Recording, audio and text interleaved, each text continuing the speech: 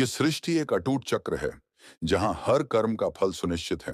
मनुष्य का जीवन एक खेत के समान है जिसमें वह जैसा बीज बोता है वैसा ही फल पाता है। स्त्रियों और पुरुषों के लिए धर्मशास्त्रों ने अलग अलग कर्तव्यों और दायित्वों का वर्णन किया है। पाप और पुण्य के अनुसार ही अगला जन्म तय होता है। इस कथा में हम एक ऐसी स्त्री की कहानी जानेंगे जिसके कर्मों ने उसे सूअर के जन्म तक पहुंचा दिया। यह कथा न केवल चेतावनी देती है बल्कि आत्म सुधार की प्रेरणा भी देती है।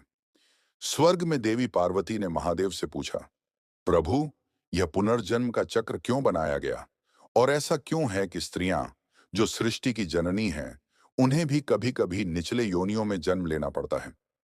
महादेव ने गंभीरता से उत्तर दिया, देवी, हर आत्मा अपने कर्मों से बंधी है। चाहे वह पुरुष हो या स्त्री, जो अपने धर्म और कर्तव्य से च्युत हो जाती है उसे कठिन परिणाम भुगतने पड़ते हैं। स्त्रियों का जन्म विशेष रूप से दूसरों की सेवा, समर्पण और सृजन के लिए होता है। जब वे स्वार्थ, ईर्ष्या और अधर्म में डूब जाती हैं तो उनके कर्म उन्हें निम्न योनियों में ले जाते हैं। मैं तुम्हें एक कथा सुनाता हूं। चंद्रावती एक सुंदर और चतुर स्त्री थी, लेकिन उसके हृदय में दया और करुणा का अभाव था। वह अपने परिवार के प्रति निष्ठावान नहीं थी और स्वार्थी स्वभाव के कारण दूसरों को कष्ट पहुंचाने में संकोच नहीं करती थी। चंद्रावती का पति एक साधारण किसान था।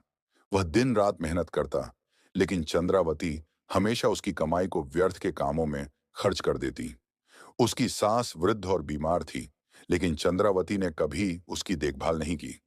वह सास को अपशब्द कहती और कई बार उसे भूखा छोड़ देती। गांव में एक दिन एक संत आए।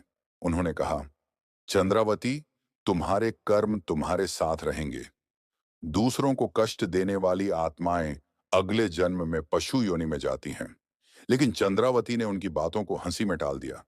कुछ समय बाद संत ने गांव छोड़ने से पहले लोगों को चेतावनी दी, किसी भी आत्मा को अपमानित मत करो, विशेष रूप से वृद्ध जनों और जरूरतमंदों का सम्मान करो।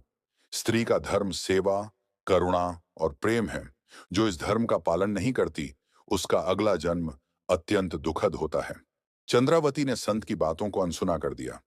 उसने अपने कर्मों से न केवल अपनी सास को दुखी किया, बल्कि गांव की अन्य महिलाओं के खिलाफ षड्यंत्र भी रचा। वह अपनी सुख सुविधा के लिए दूसरों की संपत्ति हड़पने से भी नहीं हिचकिचाई। कुछ वर्षों बाद चंद्रावती की मृत्यु हो गई। यमलोक में धर्मराज ने उसके कर्मों का लेखा जोखा पढ़ा। बोले, चंद्रावती, तुम्हारे कर्मों में करुणा और सेवा का कोई अंश नहीं है। तुमने वृद्ध जनों और जरूरतमंदों का अपमान किया। तुम्हारे लिए सूअर की योनि का विधान है, क्योंकि सूअर अपने जीवन में अपवित्रता और स्वार्थ को जीता है, जैसा कि तुमने किया। चंद्रावती ने अगले जन्म में सूअर के रूप में जन्म लिया। अब वह उस गंदगी और अपवित्रता में रहने को मजबूर थी जिसे उसने अपने पिछले जन्म में दूसरों के लिए चुना था। हर दिन उसे अपमान और तिरस्कार झेलना पड़ता था। सूअर के रूप में चंद्रावती को अपने पिछले कर्म याद आने लगे। उसे अपनी भूल का एहसास हुआ। वह हर दिन भगवान से प्रार्थना करने लगी, हे प्रभु, मुझे क्षमा करें और मुझे सुधार का अवसर दें। उसकी प्रार्थना सुनकर भगवान विष्णु प्रकट हुए और बोले, हर आत्मा को अपने कर्मों का फल भुगतना पड़ता है, लेकिन पश्चाताप और सुधार की इच्छा से तुम मानव योनि में लौट सकती हो। अगले जन्म में धर्म और सेवा का पालन करना। अगले जन्म में चंद्रावती एक गरीब लेकिन धार्मिक परिवार में जन्मी। उसने अपने पूरे जीवन में दूसरों की सेवा की और हर जीव को सम्मान दिया। अंततः उसने अपने पुण्यों से मोक्ष प्राप्त किया। यह कथा हमें सिखाती है कि स्त्री हो या पुरुष, कर्म का चक्र सभी के लिए समान है। दूसरों को कष्ट देने वाले पापों से बचना चाहिए। सेवा, करुणा और प्रेम ही मनुष्य को ऊंचा स्थान दिलाते हैं। यदि हम धर्म का पालन करें तो जीवन और मृत्यु दोनों ही सुखमय हो सकते हैं। यही कर्म का सत्य है। सूअर योनि में जन्म लेने के बाद चंद्रावती ने हर पल अपने पूर्व जन्म के पापों को याद किया। उसे इंसानों के तिरस्कार और गंदगी में रहने का कष्ट सहना पड़ा। एक दिन जब वह खाने की तलाश में इधर उधर भटक रही थी तो कुछ लोग उसे पत्थर मारने लगे। उसने अपनी दुर्दशा पर सोचा, कैसा जीवन है यह। मैं एक समय लोगों पर शासन करती थी और आज ये लोग मुझ पर पत्थर फेंक रहे हैं। उसने गहन आत्मचिंतन किया और महसूस किया कि यह सब उसके ही कर्मों का फल है। इस कठोर अनुभव ने उसके हृदय में पश्चाताप का बीज बो दिया। पश्चाताप से भरकर चंद्रावती ने अपने मन में गहरी प्रार्थना शुरू कर दी। उसने प्रतिदिन अपने दिल से भगवान को पुकारा।